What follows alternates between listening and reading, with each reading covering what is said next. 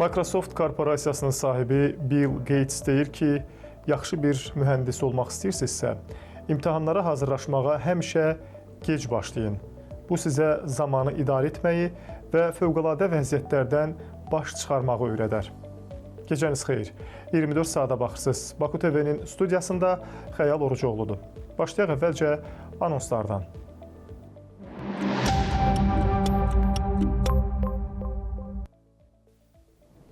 Ermənistanın vətəndaş cəmiyyətinin nümayəndələri ilə ölkəmizdə dəyrimi masa keçirildi. Amerika Birləşmiş Ştatları və İran arasındakı danışıqlar masasını niyə Pakistanda quruldu və nələr müzakirə olunacaq? Elm və Təhsil Naziri son vaxtlar sosial mediada müzakirə olunan imtahan suallarından danışdı. Kişilər niyə xanımlarının soyadını götürürlər? Bu suala da irəliləyən dəqiqələrdə sujetimizdə cavab tapmağa çalışmışıq. Son 24 saatda baş verənləri 24 saatda diqqətinizə çatdırırıq. Beləliklə, başladıq.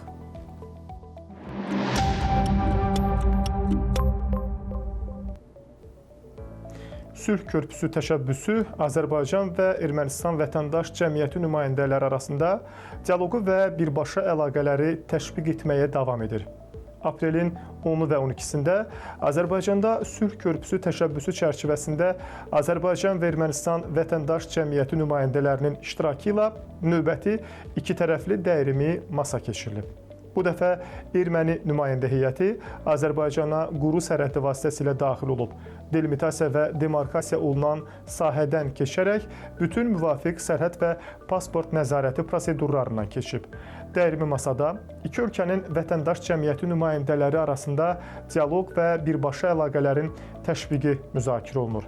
Dəyrimi masada iki ölkənin vətəndaş cəmiyyəti nümayəndələri dialoq və birbaşa əlaqələrin təşviqinə dair müzakirələr aparıblar. Qeyd edək ki, vətəndaş cəmiyyəti nümayəndələri arasında dialoq 2025-ci il avqustun 8-də Vaşinqtonda Azərbaycan, Ermənistan və Amerika Birləşmiş Ştatları liderlərinin iştirakı ilə keçirilən üç tərəfli sammitdə təsdiqlənmiş iki tərəfli sülh gündəliyi çərçivəsində aparılır. Görüşün gündəliyinə sülh prosesinin hazırki vəziyyəti, sülh körpüsü təşəbbüsü iştirakçılarının öz ölkələrində həyata keçirdikləri fəaliyyətlər və əldə olunan nəticələr, həmçinin regiondakı vəziyyətin müzakirəsi daxildir. Müzakirə sessiyaları isə cəmiyyət səviyyəsində sülhün təşviqi və sülh prosesinin növbəti mərhələlərində etimadın artırılması məsələlərinə həsr olunacaq. Bəli, bugün biz baxırıq ki, doğrudan da sülh və ölkələr arasında sülh münasibətlərinin olması necə mühüm və önəmli bir faktordur. Yəni, dünyada baş verən münaqişələr, müharibələr, sülhün nə qədər dəyərli bir nemət olduğunu bizə növbəti dəfə bir növ aşılamış olur. Öz növbəsində yaxın şərqdə baş verən münaqişə də bir neçə gündür ki, atəşkəs istiqamətində danışıqlara doğru gedir. Amma təbii ki, atəşkəs baş tutduqdan sonra bu danışıqlar da davamlı olarsa, Amerika Birləşmiş Ştatlarının vitse-prezidenti J.D. Vance aprelin 11-nə planlaşdırılan, yəni sabaha planlaşdırılan İranla danışıqlarda iştirak etmək üçün Pakistana yola düşüb. Vance danışıqların nəticələrinə dair ehtiyatlı nikbinlik ifadə edib. Deyib ki, düşünürəm ki, hər şey müsbət keçəcək. Vance'in sözlərinə görə Vaşinqton Tehranın dürüst yanaşması şərti ilə dialoqa açıqdır. ABŞ prezidenti Donald Trump'ın dediyi kimi, əgər İranlılar danışıqları dürüst aparmağa hazırlarsalar, biz də şübhəsiz ki, onlara əlimizi uzatmağa hazırıq.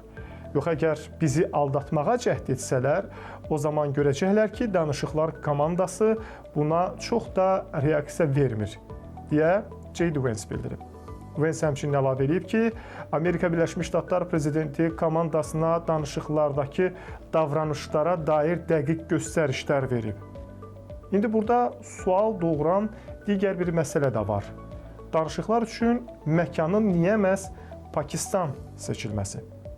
Görünür, Pakistan hökuməti həm yaxın şərqdə, həm də uzaq qərbdə etibarlı təsir bağışlayır. Amma görünən həm də odur ki, burada şəxsi münasibətlərin də görüşün keçiriləcəyi məkan kimi Pakistanın seçilməsinə mühüm təsir göstərib. İranla Amerika Birləşmiş Ştatları arasında danışıqlar niyə Pakistanda keçirilir? Yaxın Şərqdə böyük hərbi qarşıdurmada olan hər iki tərəf necə oldu ki, İslamabadı danışmaq üçün yer olaraq seçdilər? Suallar maraqlıdır. Cavabları isə ondan da maraqlı. Pakistan ordusunun komandanı Feldmarşal Asim Munir Birləşmiş Ştatlar prezidenti Donald Trumpla yaxşı münasibətlər qurub. Prezident Trump tez-tez onu ən sevdiyim Feldmarşal adlandırır. Eynilə o, baş nazir Şahbaz Şərifdən də dəfələrlə yaxşı dostum deyə bəhs edib. Ona görə də düşünürəm ki, bu cür şəxsi münasibətlər Trump üçün çox vacibdir. Digər tərəfdən İslamabad Trumpın Hindistan və Pakistan arasında atəşkəs yaratmaq səylərindən çox məmnundur.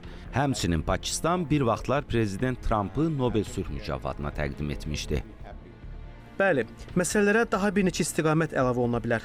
Məsələn, ötən il Pakistanda qəbul edən konstitusiya dəyişiklikləri Asim Munirə müdafiə qüvvələrinin komandanı adı altında yeni və geniş səlahiyyətlər verib. Bu tənzimləmə nəticəsində Munir təkcə quru qoşunları deyil, hərbi, hava və dəniz qüvvələri üzərində də birbaşa nəzarət imkanı qazanıb. Təbii ki, bu addımlar Pakistan ordusunun mülki hökumət üzərindəki təsirinin artmasıdır.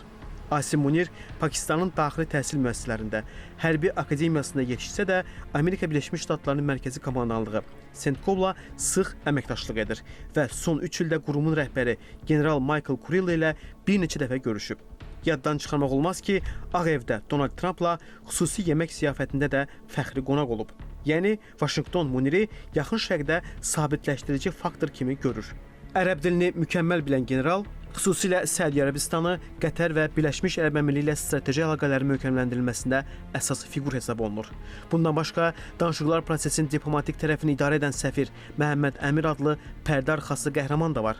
Təqaüddə olan Pakistanlı general-leytenant Əmir daha əvvəl Sierra Leone'də BMT missiyasında hərbi müşahidəçi kimi xidmət edib. Onun 2025-2026-cı illər üzrə Amerika Birləşmiş Ştatları İran danışıqlarının ilk raundunda Maskatda vasitəçilik kanalını quran və koordinasiya edən əsas şəxs olduğu bildirilir. Əmir hazırda Pakistanın Qətərdə səfiridir və Körfəz diplomatiyasının ən nüfuzlu gizli simalarından biri sayılır. Yəni, xüsusi hörmətli adamdır. Bunlar Amerika Birləşmiş Ştatları ilə Pakistanın xüsusi yaxınlığı, tərəfdaşlığının olduğu məsələlərdir. Bəs İran?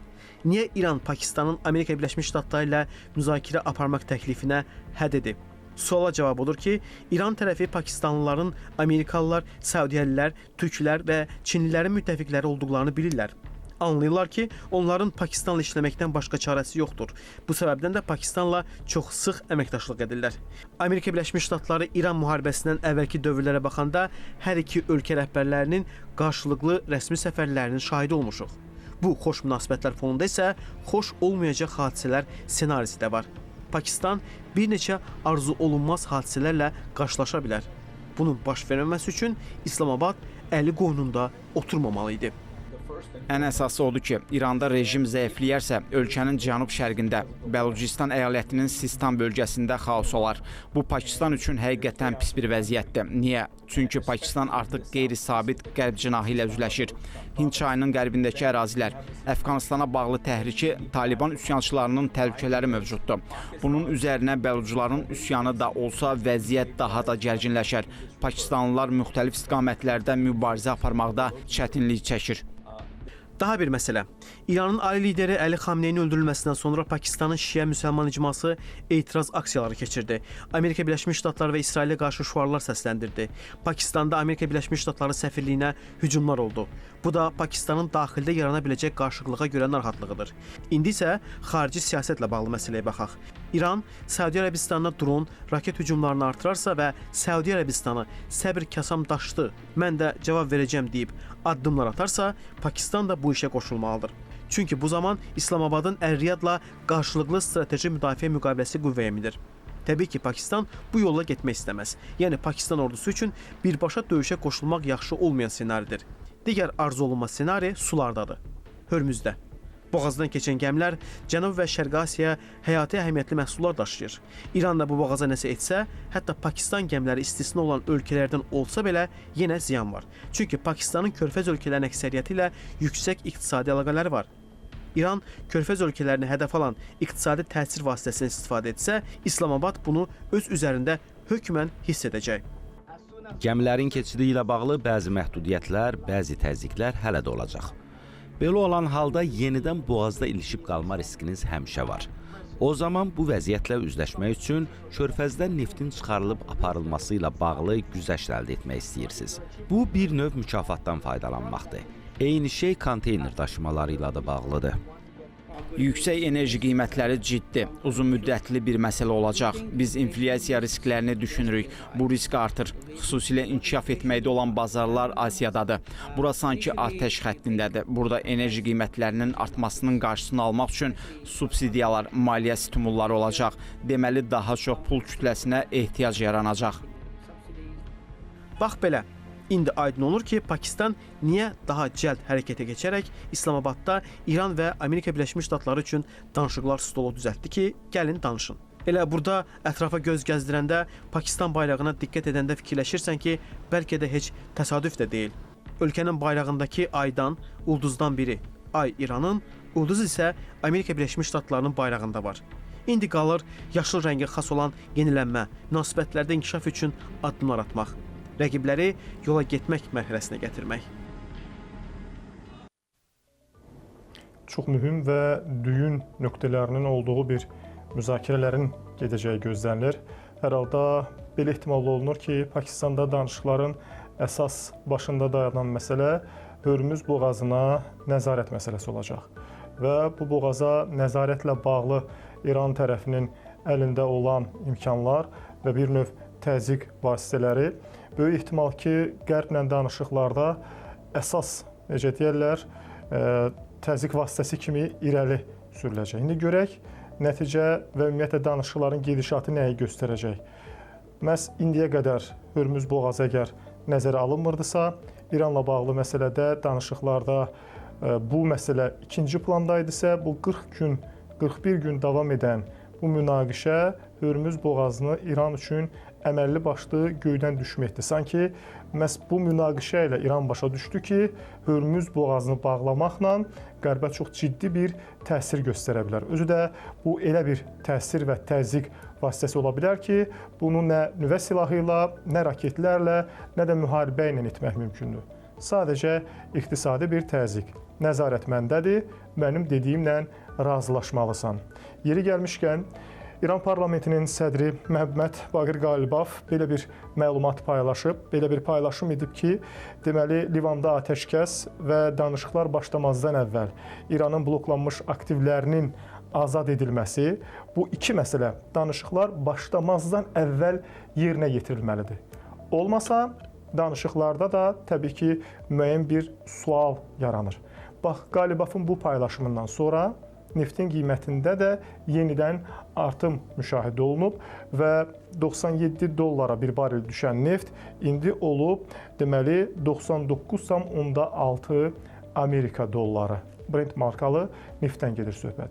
Yəni, sadə və adi bir paylaşım belə neftin qiymətinə, enerji bazarına bax bu cür ciddi bir təsir edir. İransa İslamabaddakı danışıqların Amerika Birləşmiş Ştatlarının vaxt qazanmaq və hücuma hazırlaşmaq üçün vasitə ola biləcəyini istisna eləmir.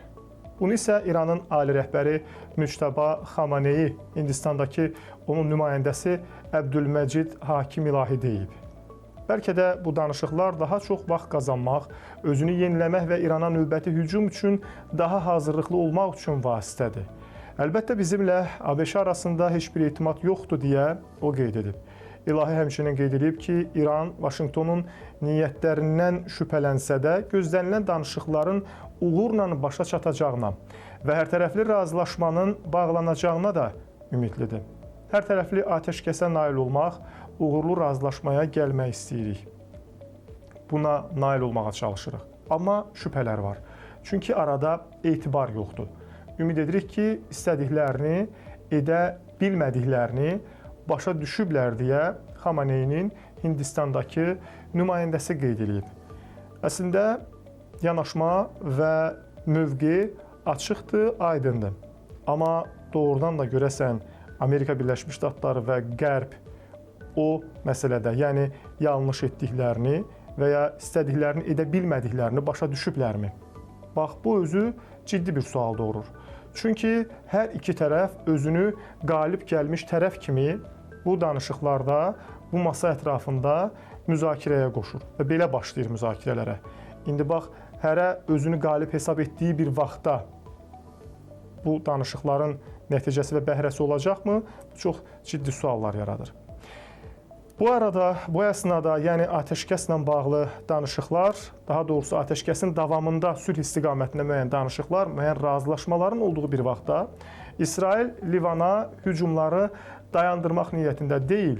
Lakin Amerika Birləşmiş Ştatlar prezidenti Donald Trumpın istəyinə uyğun olaraq əməliyyatların miqyasını məhdudlaşdıracaq. Bu barədə The Wall Street Journal nəşri öz mənbələrinə istinadən xəbər yayıb. Nəşr qeyd edib ki, Trump indiyədək İsraildən Hizbullah təşkilatına qarşı əməliyyatların miqyasını azaltmağı xahiş etməmişdi. Lakin ABŞ administrasiyası bu hücumların İranla danışıqlara və konkret olaraq desək, Hörmüz boğazının açılması səylərinə mane olacağından ehtiyatlanır. Görünür, İran danışıqlara, dediyim kimi, nüvə silahından daha güclü bir təsir vasitəsilə Hörmüz boğazı ilə qatılır. Qərbin xüsusi ehtiyatla yanaşdığı belə həssas məqamda İsrailin Livanı bombalaması danışıqları arxa plana ata bilər. Bu vəziyyətdə Qərb maksimum soyuqqanlı olmağa çalışır. İran isə daha inamlı görünür.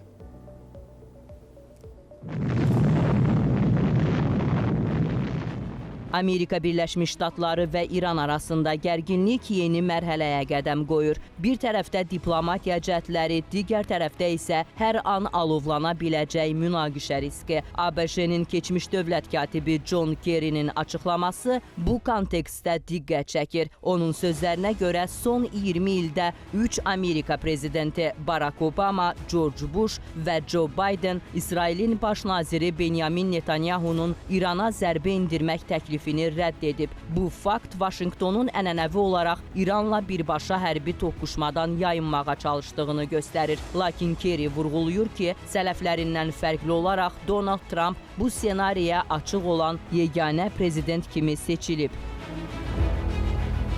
Bugün isə Trump yenidən sərt ritorika ilə gündəmdədir. O, İranı Hörmüz boğazından keçən neft tankerlərindən ödəniş almaqda ittiham edir və bunun dərhal dayandırılmasını tələb edir. Maraqlıdır ki, Tehran bu iddiaları dolayısıyla təsdiqləyir. İranlı analitiklər bildirir ki, artıq bəzi gəmilərdən rüsum alınır və bu, faktiki olaraq regionun ən kritik enerji arteriyasına nəzarətin güc alətinə çevrildiyini göstərir.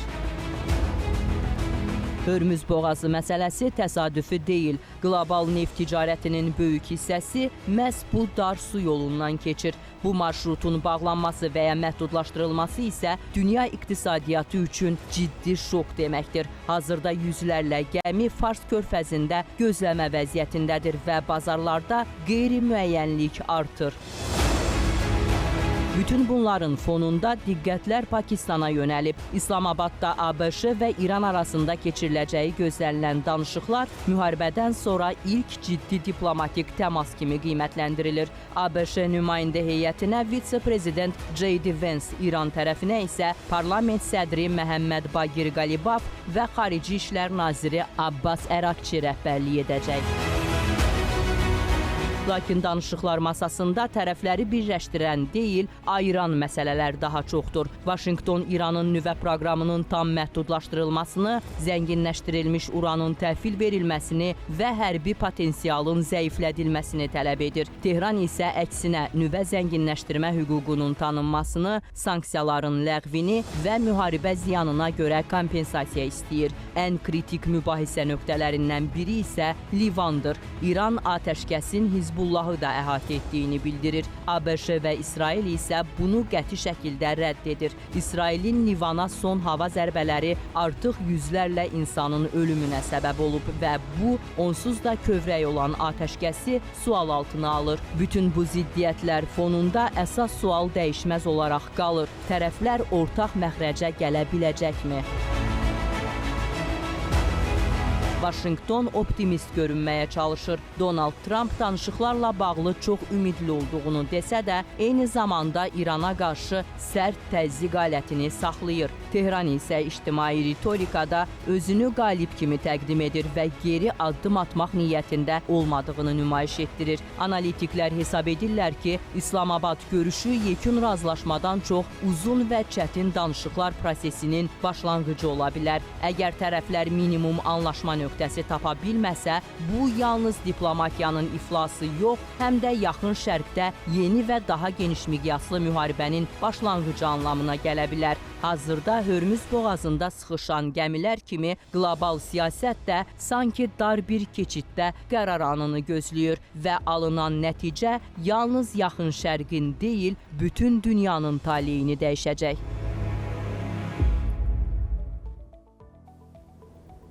Çox istərəm ki, bu atəşkəslə bağlı danışıqlarda konkret bir nəticə əldə olunsun. Amma tərəflərin əlində olan təkliflər və qarşı tərəfə təqdim edəcəyi müəyyən planlar onu deməyə əsas verir ki, hər tərəf özünü qalib hesab etdiyinə görə və hər tərəfdə öz mövqeyində möhkəm dayandığına görə biraz ola bilər ki, danışıqlar istənilən nəticəni verməsin. Amma hadisələri qabaqlamaq da istəməzdim. Çox istərdim ki, danışıqlar hansısa konkret bir şəraitə, konkret bir nəticəyə varsın. Hər iki tərəf bu danışıqlarda sülhün təmin olunmasında, atəşkəsin davam etməsində maraqlı olsun. Amma niyəsə, az əvvəl sujetdə də qeyd etdiyimiz tərəflərin verdiyi və sənəddə qarşı tərəfə təqdim etdiyi məsələlərdə kiminsə, kiməsə kompromisə getməsi bir o qədər də ağla batan görünmür. Məsələn, İran tərəfinin sanksiyaları götürün və yaxud da ki, müəyyən bir kompensasiya ödəyin və yaxud da ki, Hörmüz boğazı ilə bağlı konkret İran tərəfinin qəti mövqeyi və eyni zamanda Amerika Birləşmiş Ştatlarının da özünə aid olan uranın zənginləşdirilməsi dayandırılsın, nə bilim raket istehsalı dayandırılsın, Hörmüz boğazı ilə bağlı Amerika Birləşmiş Ştatları ilə müəyyən bir razılıq əldə olunsun kimi yanaşması biraz az inandırıcı görünür ki, bu danışıqlarda nəsə bir nəticə hasil ola. Hər halda çox istərdik ki, məhz atəşkəs davamlı olsun.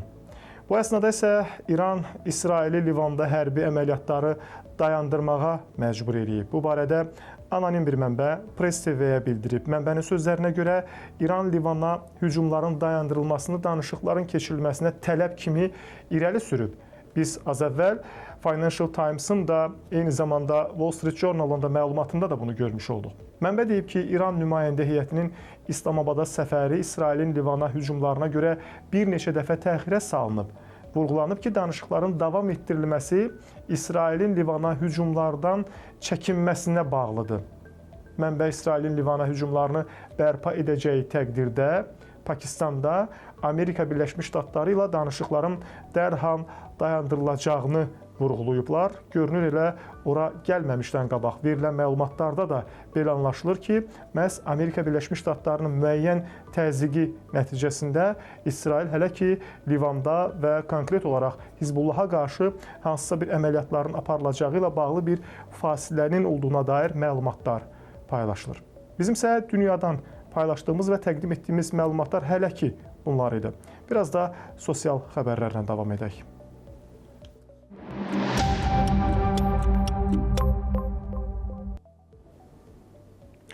Buraxılış imtahanları və onların müəyyən bir nəticələri və ümumilikdə imtahanların mətni filan biraz sosial şəbəkələrdə filan müəyyən müzakirələrə səbəb oldu.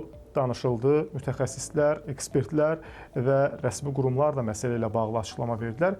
Bugün isə Elm və Təhsil Nazirliyi məhz son vaxtlar həmin o müzakirə olunan imtahan suallarından danışıb. Çıxışı zamanı Emin Əmrullayev bildirib ki, imtahandakı bəzi suallar imtahan verənlərin, yəni iştirakçıların bilik və bacarıqlarını yoxlamaqdan çox sanki onları çaşdırmağa yönəlib. Nazir bu kimi halların aradan qaldırılmasının vacibliyinə diqqət çəkib. Mənim şəxsi müşahidəm ondan ibarətdir ki, Azərbaycanda bir çox fənn mütəxəssisləri, bir çox istər dil, istər tarix sahəsində biz bunu məmurən işə qəbulunda da görürük və müşahidə edirik ki, sualları yazarkən daha çox qarşısındakı adamı çaşdırmaq məqsədi daşıyır, nəinki onun biliyini ölçmək. Yəni bu dəyişməlidir. Çünki sual insanı görüm çaşdıranda düz cavab verə bilirmi məntiqindən o nəyisə bacarır yoxsa yox funksiyasına malik olmalı. Bu çox vacib məsələdir. Yenə bu qurumların yox, məhz Azərbaycan pedaqogikasında mövcud olan bir problemin dəyişməsidir. Yəni bu daha çox fənn mütəxəssislərinə olan müraciətdir. Yəni bu tipli məqamlar inanıram ki, Azərbaycan imtahanlarında geniş anlamda dəyişməlidir və Məlikə xanım da qeyd etdi öz çıxışında ki, xüsusilə koqnitiv bacarıqların, sosial-emosional zəkanın ölçülməsi vacib məqamlardır. Çünki gələcək dövrdəki kadrların uğurunu məhz bu bacarıqlar, bu səriştələr müəyyən edəcək. Bəli, Elm və Təhsil Naziri çox mühüm və önəmli bir məqama toxundu. Doğrudan da imtahan suallarına göz atanda, nəzər salında baxırsan ki, sanki yanıltmac oxuyursan. Bilmirsən ki, ümumiyyətlə sualın əvvəlini başlayıb oxuyub sonuna gəlib çatanda səndən nə soruşulur və nə istənilir? Yəni, nəyi tapmalısan, nəyi seçməlisən və hansı cavabı soruşur bu sualı verən? Yəni, bax, bu kimi məsələlər var. Təəssüf ki, bəzən doğrudan da qeyd olunduğu kimi sual, yəni imtahan verənin, iştirakçının bilik və bacarığını yoxlamaqdan çox, yəni bu sualın cavabı nədir? Misal üçün, filan cavab. Amma burada başqa bir şey. Filan cavaba gəlib çıxmaq üçün biz nə etməliyik ki, filan şey olsun kimi yanaşmalar təəssüf ki, bəzən iştirakçıları çox ciddi şəkildə çaşdırır və onlar nəyi, necə cavab verəcəklərini bəzən bilmirlər və yaxud da ki, doğru cavabı bildikləri halda sual çaşqın bir formada, yəni çaşdırıcı bir formada olduğundan görürsünüz ki, iştirakçılar da həmin o sualı yanlış cavablandırırlar. Bir 5-10 dəfə oxuyandan sonra başa düşürlər ki, sən demə bu məndən həni yox, yoxu soruşurmuş. Və s.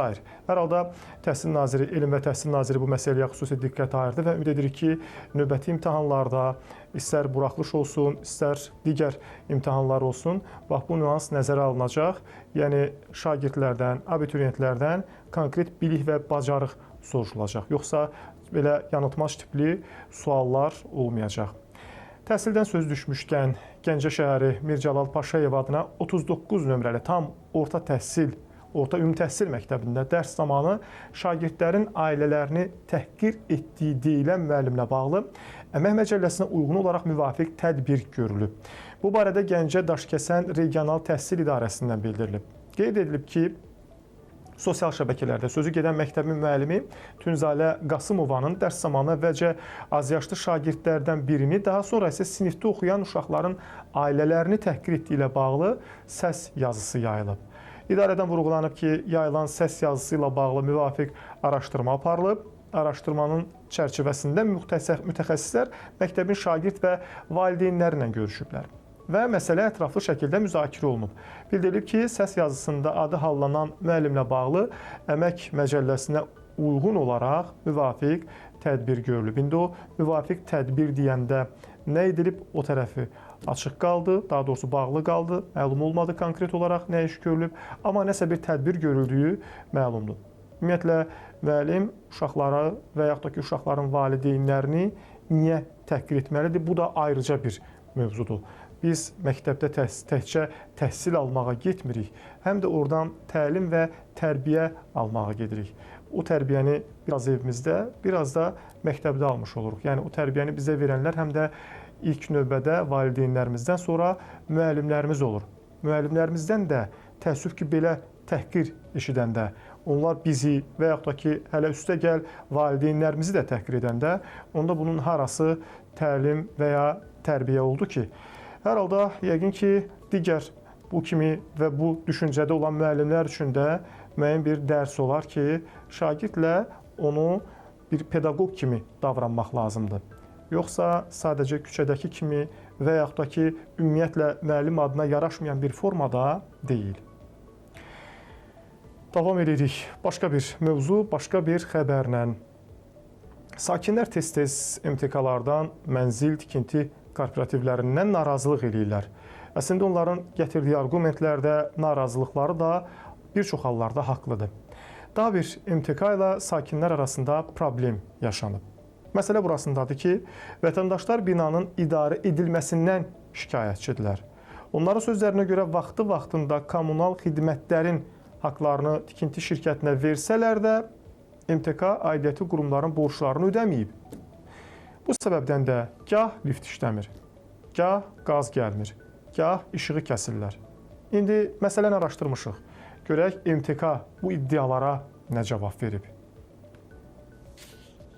Qaza görə borc olub, gəlib qazı kəsiblər. Burada çox özbaşınalıqlar baş verir. Bunun da ziyanını, zərərini hər tərəfli sakinlər çəkir. Tbilisi prospekti 1058 ünvanındakı çoxmərtəbəli kompleksin sakinləri binanı idarə edənlərdən narazıdır və bildirirlər ki, MMC yaratmaq istəyir, amma onlar imkan vermirlər. Həm də ki, binanın o qədər borcu var ki, ümumiyyətlə MMC yaratmaq mümkün deyil. Problem odur ki, biz MTK-dan MMC-yə keçirik və MTK-nın burada çoxlu borcları qalıb bəzi dövlət müəssisələrə, məsələn, qazdır, işıqdır, sudur və s. və qaza görə borc olub, gəlib qazı kəsiblər. Bizdə nə su var, nə istilik var, heç nə. İşığa da borcları qalıb MTK-nın, amma bunlar nə vaxt ödəniləcək biz bilmirik də bu. Mənzil olaraq, vətəndaş olaraq siz o işığın, qazın pulunu vermişsiniz vaxtında? Hamısının bu günə qədər artıq 15 il burada yaşayıram mən. Bir qəpik də borcum yoxdur. Mən hamısını vaxtında ödəyirəm. Siz bunları kimə ödəyirsiniz? Biz MTK ödəyirik. Siz deyirsiniz ki, MTK bunu ödəmir, o aidiyyəti quruma? Bəli, tamamilə doğru. Çünki borc yığılıbsa, bu necə ödənilir onda? Və sonra gəlib çıxır ki, bunun külli miqdarda bir 70 minə yaxın borcları vardı.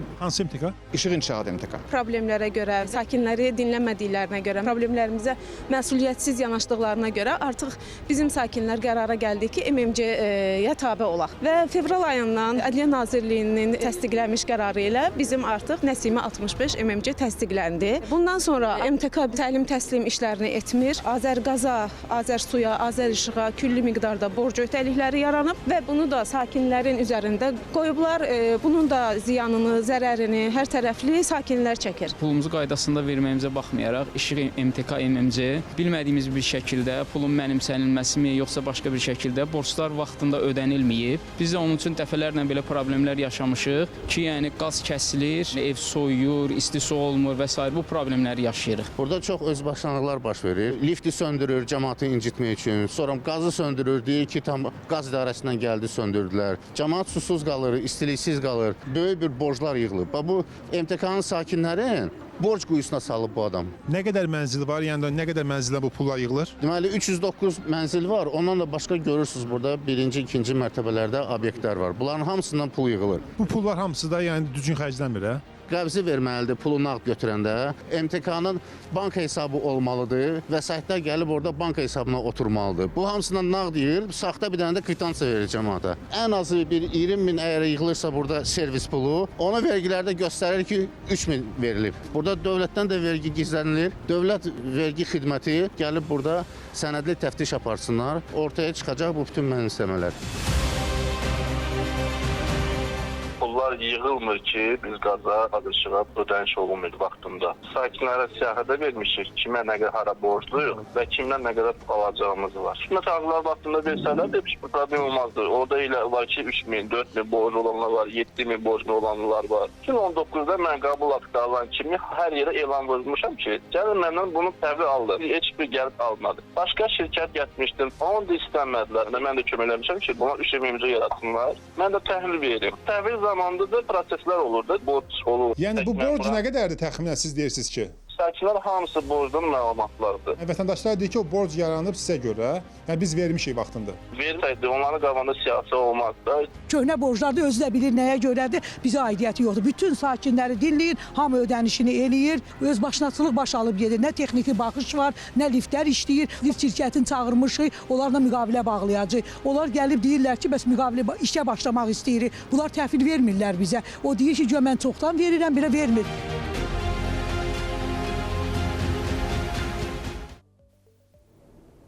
Binalarda düzəməlli işıq yoxdur. İnşaatın adı İşıq İnşaat MMC-dir. Qəribə bir ziddiyyətdir. Yəni insanları işıqla, qazla düzəməlli təmin edin, ondan sonra adınız heç olmasa belə qoyun. O bir məsəl var, deyir kasıb itinin adına gümüş qoyar. Qəribə bir məqam həm də ondan ibarətdir ki, yəni sakinlər özləri bir cəmiyyət yaratmaq istəyirlər. Buna niyə imkan vermirsiniz? Yəni imkan verin, sakinlər özləri bir cəmiyyət yaratsınlar, yığdıqları pulu müvafiq dövlət qurumlarının ödənişlərini etsinlər, sonra da hər hansı bir problemlə qarşılaşmasınlar. Sanki binanı tikəndən sonra o MTK-lar ömürlük çöküb orada qalmaq istəyirlər və sanki ömürlük bir iş yeri kimi baxırlar məsələyə ki, tikmişik, buradan da çıxan deyilik. Qardaş, adamlar ətək-ətək pul verib ev alıblar və istəyirlər ki, aldıqları bu evdə də rahat yaşasınlar. Və indi onların rahatlığına da sizin orada gördüyünüz və ya görmədiyiniz və ya görə bilmədiyiniz işlər mane olmamalıdır. Əgər borc varsa, əgər idarə olunması, ödənişlər qalıbsa, problem yaşayırsınızsa və sakinlərin dediyindən yol açaraq işinizi normal və qaydasında görə bilmirsinizsə, onda siz təhvil verin, müvafiqcə yaratdıqları cəmiyyət və onun nümayəndələri işi idarə eləsinlər. Hər halda indi nəyə yaranıb, nə vaxtdan yaranıb, niyə yaranıb, bu artıq başqa mövzudur və faktiki olaraq indi sakinlər deyir ki, biz bütün borclarımızı vermişik və yaxud da ki, başqalarının borcuna görə niyə ümumilikdə bina və ya pulunu ödəyən sakinlər əziyyət çəkməlidir? Bu da ayrıca bir problemdir. Yəni, mən əgər ödənişimi eləyirəmsə, niyə lift işləməməlidir? Və yaxud da ki, mənim işığım kəsilməli və yaxud da ki, mən digər kommunal problemlərlə üzləşməliyəm. Hər halda bu MTK-nın yanaşması sakinlərlə onları bir üz-üzə qoyub, dediyim kimi yaxşı olardı ki, imkan yaratsınlar, sakinlər özləri üçün bir cəmiyyət yaratsın. Paytaxtın bəzi yollarında da bəzən problemlər olur. Qazıntı təmir işləri aparılandan sonra yolun əvvəlki vəziyyətinə qaytarılmaması həm sakinləri, həm də sürücüləri təngə gətirib. Görürsən ki, bir yerdə, balaca bir yeri qazdılar, nəysə düzəltdilər, aylarla həmən yerin üstü ya bağlanmır. Bağlanırsa da asfaltdanmır. Və yaxud da ki, nə bilim, görürsünüz ki, və s. və ilaxır problemlər olur. Özü də bir yer deyil, 5 yer deyil. Bilmirsən ki, nə vaxt o yenidən əvvəlki vəziyyətinə qayıdacaq. Bilmirsən, gəlirsən avtomobillə, bir də baxırsan ki, həmin çuxura düşdün, nə bilim, çalaya düşdün. Bax, bu kimi məsələlər var. Əməkdaşlarımız bu mövzunu araşdırıblar, paytaxtda bu tipli yollara nəzər salıblar. Görək, kimdir müqəssir?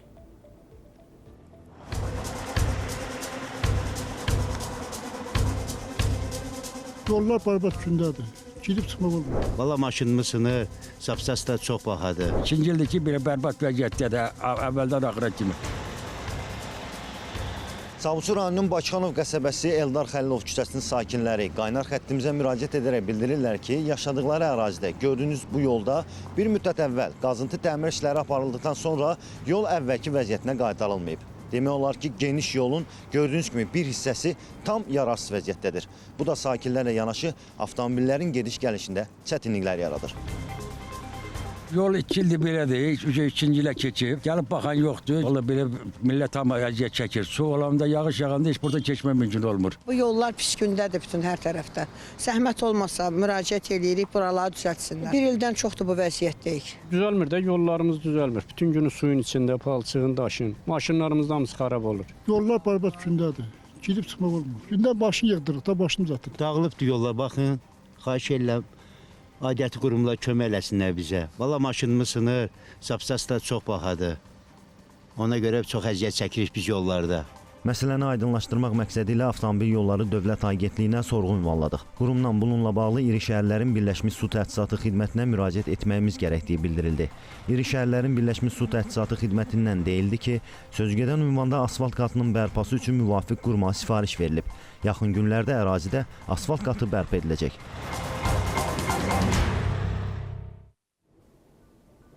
Vay ola ki, bir sorğu göndərəsən, o onun üstünü ötürəcək, o ona yönləndirəcək. Filan kəsə sifariş vermişəm, görək ondan nə xəbər çıxır. Yəni, bütün bunlar problemin həlli deyil. Yəni, nə vaxt cavab çıxacaq, nə vaxt həll olunacaq. Problem həll edilsin. Yəni, sakinləri, orada yaşayan insanları sadəcə bu məsələ maraqlandırır. Yoxsa o qurum deyir ki, gedin filan qurumdan soruşun, onlar cavab verəcəklər. Onlar da deyir ki, biz də onlara sorğu göndərmişik, görək bizə haçan asfalt verəcəklər, oranı asfaltlayaq və yaxud da ki, nə bilim, müəyyən bir iş görək.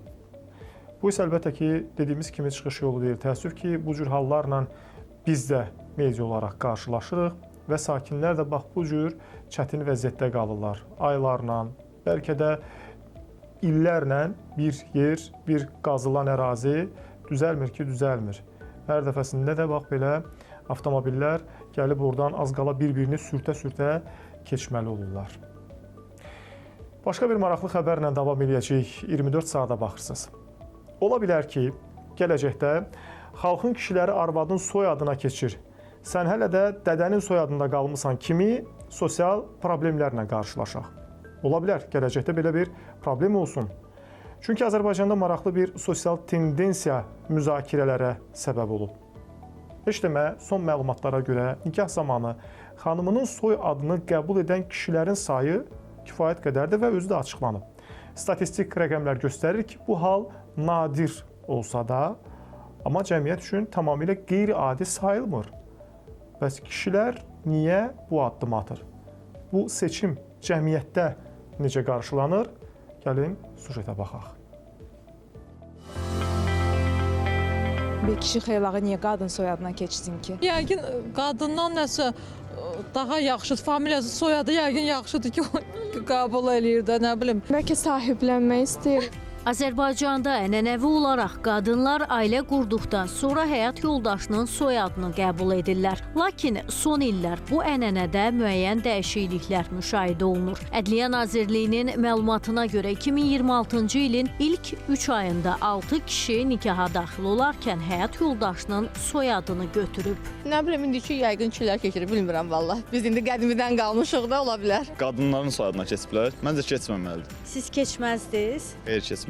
Bir kişi xeylağı niyə qadın soyadına keçsin ki? Düşünürəm ki, hardasa yəqin insan olaraq daha zəif, qadından daha zəif hiss etdiyi üçün keçə bilər. Mütəxəssislər bildirirlər ki, bu addımın arxasında müxtəlif səbəblər dayanır. Bəzi hallarda ailə daxilində razılaşma, bəzən isə şəxsi və ya praktiki səbəblər bu qərara təsir edir. Ola bilər ki, ailədə davamçı yoxdursa, xanımdan sonra yəni bir qardaşı, bacısı və yaxud da digər ailə üzvləri yoxdursa, ola bilər bir hörmət əlaməti olaraq bu soyadı götürür. Ya bəlkə xanımın ailəsi daha imkan-maddi cəhətdən daha yüksəkdirlər. Ona görə də onlar onu təkid edirlər. Məcbur edirlər ki, bu soyadı götürsün. Bu da ola bilər. Bəzən özlərinin istəyi olur ki, məsələn, mən yoldaşımın soyadında olmaq istəyirəm. Bu daha çox xarici vətəndaşlarda da biz görürük. Amma bəzən də elə həqiqətən elə Azərbaycanlı ailələrinin içində də xanımın ailəsi daha tanınmış ailədirsə, daha hörmət belə deyim də edilən ailədirsə, onda da bəy ailə qurarkən xanımın soyadını götürə bilir. Xarici ölkələrdə işləyən və həmin ölkədən deportasiya olunan soydaşlarımızın həmin ölkəyə geri qayıda bilmək üçün istifadə etdiyi üsuldur bu. Çünki orada müəyyən formada qaydaları pozan və yaxud da işləmə icazəsi olmayan ölkənin hər hansı bir formada maraqlarına zidd hərəkət eləyən insanlar müəyyən müddətə deportasiya olurlar ölkədən. Yenidən ölkəyə qayıtmaq üçün 1 il, 5 il, 10 il gözləməmək üçün ən rahat üsul biri ilə nikaha girib və yaxud da könüllü olaraq nikaha girib gələcək həyat yoldaşının soyadını kimi qəbul eləməkdir. Bu, həmin ölkəyə geri qayıtmaq üçün sənədlərin toplanması prosesində ən kəsə yol hesab edilir. Ekspertlərin fikrincə bu kimi hallar hələlik kütləvi xarakter daşımır. Amma görünən odur ki, zaman keçdikcə ailə modeli və ənənəvi yanaşmalar da müəyyən dəyişikliyə uğrayır. Qeyd edək ki, 2025-ci ildə 52, 2024-cü ildə 62, 2023-cü ildə isə 109 kişi nikaha daxil olan zaman həyat yoldaşının soyadını qəbul edib.